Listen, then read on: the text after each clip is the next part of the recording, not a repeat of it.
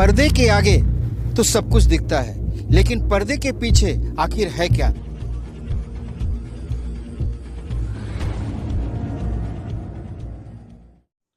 नमस्कार, मैं सत्येंद्र प्रताप सिंह। आप देख रहे हैं डिजिटल खबरीलाल का खास कार्यक्रम पर्दे के पीछे।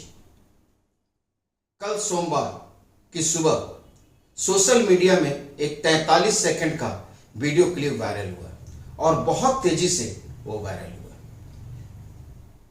वह वीडियो क्लिप कोलकाता के आरजीकर हॉस्पिटल का है, जहां और वह सीन वहां की दिखा रहा है जहां पर रेप और हत्या हुई थी। उस हॉल में भारी भीड़ को देखकर लोगों की शंका हुई और सवाल उठने शुरू हुए कि आखिर क्राइम सीन पर इतनी भीड़ क्यों है? कहीं यह सबूत मिटाने का प्रयास तो नहीं है, या इसके पीछे की मंशा क्या है? यह वायरल वीडियो को देखकर बीजेपी मीडिया सेल के हेड व बंगाल बीजेपी के सह प्रभारी अमित मालवीय ने भी एक ट्वीट किया और अमित मालवीय अपने ट्वीट में कहते हैं कि यह जो वीडियो फुटेज है यह बहुत ही शॉकिंग है सेमिनार रूम का। वह कहते हैं कि जहां पर रेप हुआ, मर्डर हुआ और वहां की यह वीडियो वाकई भयावह और दिल दहलाने के साथ साथ चिंतनीय है। वह कहते हैं कि पूरी तरह से क्राइम सीन को नष्ट करने के लिए किया गया है और वह कहते हैं कि यहाँ डॉक्टरों, पुलिसमैन, हॉस्पिटल स्टाफ और बाहरी लोगों की भीड़ है। वह उनके ही शब्दों में यदि हम कहें तो वह कह रहे हैं कि इस वीडियो क्लिप में आरजीकर पुलिस आउटपोस्ट के ओसी संजीव चट्टोपाध्याय दिख रहे हैं। हरे रंग के हाफ शर्ट में वकील शांतनु दे दिख रहे हैं। मैरून शर्ट में प्रसून चट्टोपाध्याय दिख रहे हैं, जो कि पूर्व प्रिंसिपल डॉक्टर संदीप घोष के सहायक हैं, निजी सचिव हैं। इसके अलावा फॉरेंसिक मेडिसिन डिपार्टमेंट के डिमॉन्स्ट्रेटर डॉक्टर देवाशीष सोम दिख रहे हैं। डॉक्टर देवाशीष सोम वही हैं जिनके घर पर रविवार के दिन सीबीआई रेड की थी और कल उनको सीबीआई ऑफिस में बुलाकर घंटों पूछताछ की थी। अमित मालवीय पोस्ट में आगे लिखते हैं कि कोलकाता पुलिस की मौजूदगी में यह इस तरह की भीड़ सबूतों को मिटाने के लिए क्या यह एजेंडा था? क्यों नहीं पुलिस उनको रोकी? दूसरा सवाल वो पूछते हैं कि इन बाहरी लोगों को किसने बुलाया और किसने इसको अंदर आने की इजाजत दी? साथ ही वह यह भी कहते हैं कि बाहरी लोगों को आने की इजाजत दी गई, जबकि पीड़िता के, मृतका के माँ बाप को क्राइम सीन के पास नहीं जाने दिया गया। आखिर कोलकाता पुलिस चाहती क्या है? साथ ही उन्होंने यह भी कहा कि यह आशंका सुप्रीम कोर्ट में सॉलिसिटर जनरल तुषार मेहता ने भी व्यक्त की थी।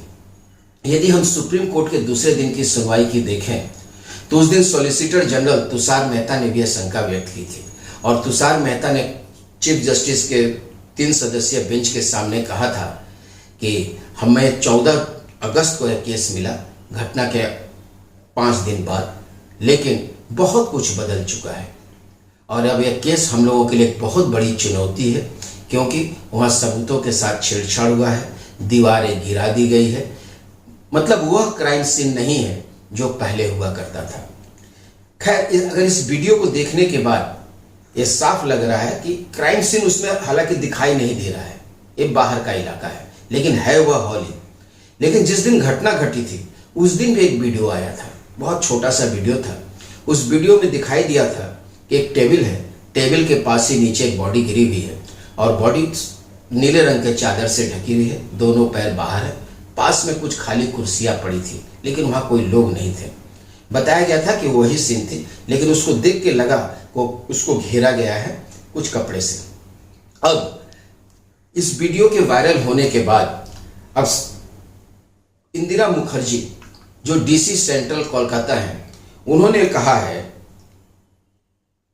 कि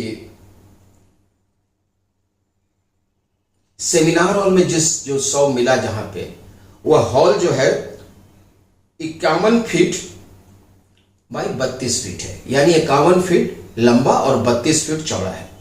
40 फीट जो इलाका था उसको घेर दिया गया था, यानी 40 बाई 32 जो हॉल था उसको हॉस्पिटल के सफेद कपड़ों और चादरों से घेर के पूरा ब्लॉक कर दिया गया था। क्राइम सीन से कहीं कोई छेड़छाड़ नहीं हुई है। बाकी 11 बाई 32 यानी 11 फुट बाई 32 फुट का जो जगह बचता है, वहीं पे सारे लोग इकट्ठे थे।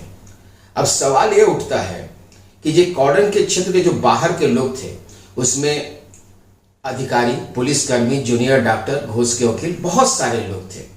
जब उनसे यह पूछा गया कि वहां वकील क्यों मौजूद था, तो उन्होंने कहा कि यह अस्पताल प्रशासन ही बता सकता है कि वहां आखिर क्यों मौजूद था। लेकिन यदि वह था भी तो इससे क्या फर्क पड़ता है, कहीं क्राइम सीन से कोई छेड़छाड़ नहीं हुआ है। बहरहाल यह पूरी घटना जो है एक ऐसे मोड़ पर आकर खड़ी हो गई है जहां सुलझाते वक्त एक नई गुत्थी फिर सामने आ जा रही है। ऐसे में सीबीआई के लिए एक बहुत कठिन मसला इस सामने आया हुआ है कि रोज कुछ न कुछ ऐसे सबूत आ रहे हैं जो सबूत पिछले सबूत को नुकसान पहुंचा रहे हैं। फिलहाल आज के लिए बस इतना ही। कल फिर मिलते हैं इसी समय पर्दे के पीछे।